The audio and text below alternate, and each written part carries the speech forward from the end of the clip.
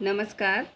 मैं डॉक्टर संध्या Sachan, Shri Shakti degree college, शाखा हरी, घाटमपुर, कानपुर नगर। आज मैं अपनी इस वीडियो में महाकवि निराला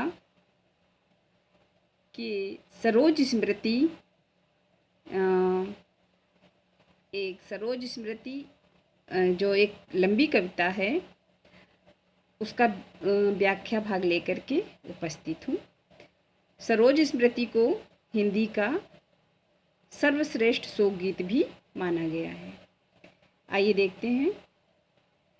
धन्य मैं पिता निरर्थक था, कुछ भी तेरे हित न कर सका। जाना तो अर्थागमोपाय, पर रहा सदा संकुचित काय। लखकर अनर्थ आर्थिक पथ पर, हारता रहा मैं स्वार्थ समर। सुचिते पहनाकर चीनांशुक, रख न सका तुझे अतः दधिमुख। छीण का ना छीना कभी अन्न, मैं लख न सका वे द्रग विपन्न। अपने आंसुओं अतः बिंबित, देखे हैं अपने ही मुखचित। तो ये जो है सरोज स्मृति की कविता है। तो इसके कठिन शब्दों को हम देख लेते हैं। कठिन शब्द यदि हमें समझ में आ जाते हैं तो अर्थ को समझना बहुत आसान हो जाता है। तो आइए देखते हैं इसके कठिन शब्द में क्या है। धन्य, धन्य का तात्पर्य है ये शब्द निराला जी ने अपनी पुत्री सरोज को संबोधन देने के लिए प्रयुक्त किया है। सरोज स्मृति में संबोधन दे रहे हैं। इसके बाद अगला शब्द है निरर्थक। निरर्थक का तात्पर्य है व्यर्थ, असफल। अगला जो शब्द है वह है अर्थागमोपाय, अर्थात अर्थोपार्जन का उपाय या धन प्राप्ति के साधन। इसके बाद एक शब्द और है संकुचित काय। संकुचित काय का तात्पर्य है दीनहीन।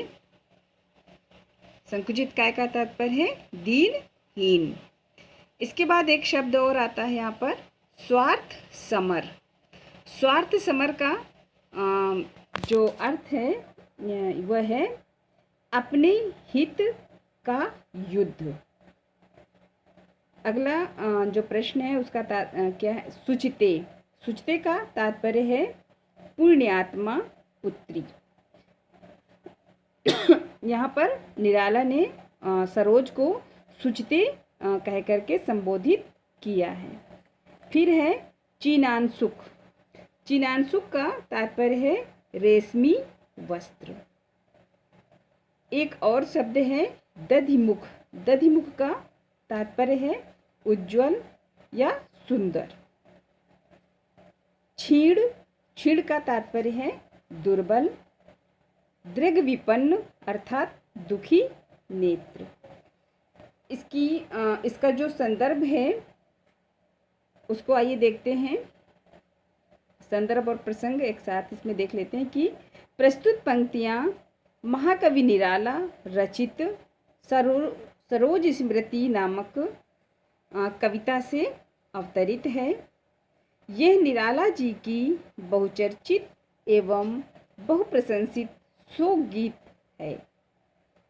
इस कविता में सरोज की असामयिक मृत्यु पर कवि के शोक संतप्त हृदय के उद्गार व्यक्त हुए हैं।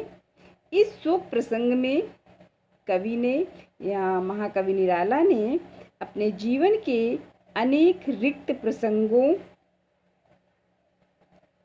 के उद्गार व्यक्त किए हैं। कवि ने सरोज की मृत्यु का दायित्व अपने ऊपर लिया है। लौकिक धरातल पर वह अपने को पूरी तरह असफल मानते हुए कहते हैं कि धन्य मैं पिता निरर्थक था। इसकी व्याख्या देखते हैं कि यहाँ पर महाकवि निराला सरोज की मृत्यु का कारण स्वयं को मानते हुए कहते हैं कि धन्य मैं पिता निरर्थक था, कुछ भी तेरे हित न कर सका।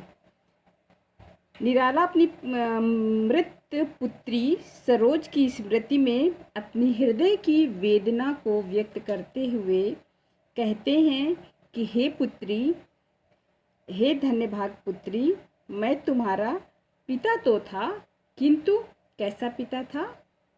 निरर्थक, अर्थात व्यर्थ का।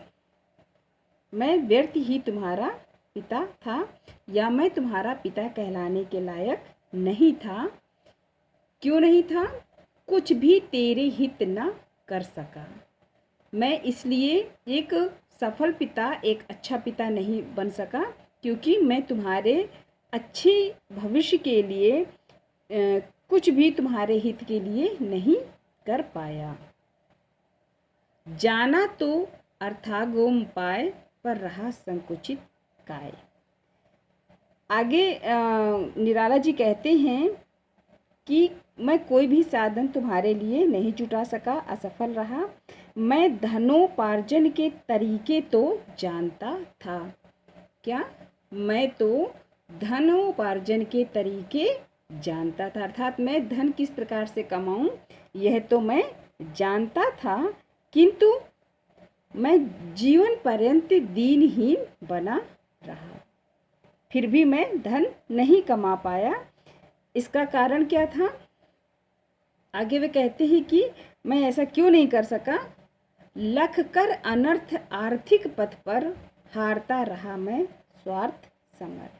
निराला जी कहते हैं कि धनोपार्जन के मार्ग में हर तरफ भ्रष्टाचार व्याप्त है, और अच्छे कवियों की जो रचनाएं होती हैं वे क्या हैं? कूड़े में फेंक दी जाती हैं। और जो घटिया रचनाकार हैं उनकी वे क्या करते हैं कि अपनी रचनाओं को संपादकों के पास ले जा कर के उनके हाथ पैर जोड़कर, उनकी मिन्नतें करके, गिड़गिड़ा करके किसी भी तरह से अपनी कविता प्रकाशित करवा लेते हैं।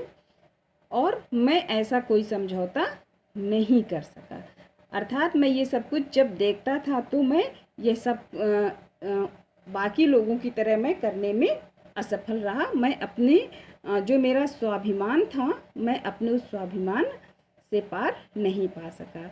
अर्थात मैं अपने स्वाभिमान मैंने अपने स्वाभिमान को बनाए रखा, मैं झुका नहीं, उन भ्रष्टाचार के खिलाफ रहा, इसलिए मैं क्या कर पाया? धन नहीं कमा पाया।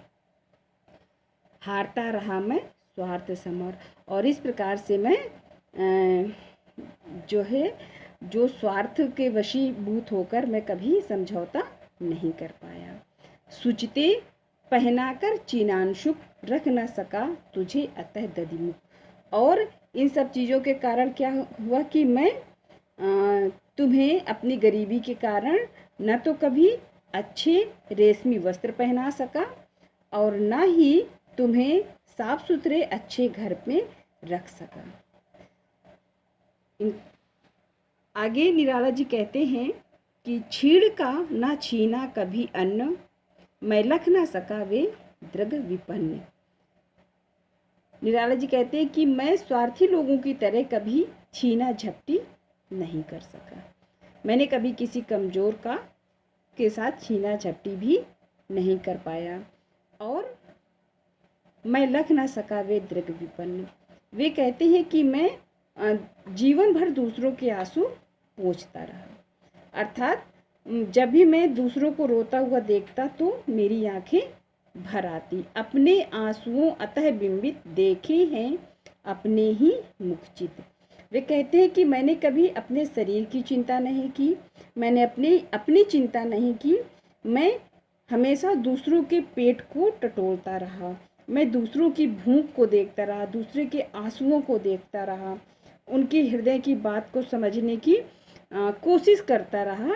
और जब कोई ऐसा दीन दुखी व्यक्ति मेरे सामने आ जाता था तो मैं स्वयं ना खाकर उसे खिलाता रहा।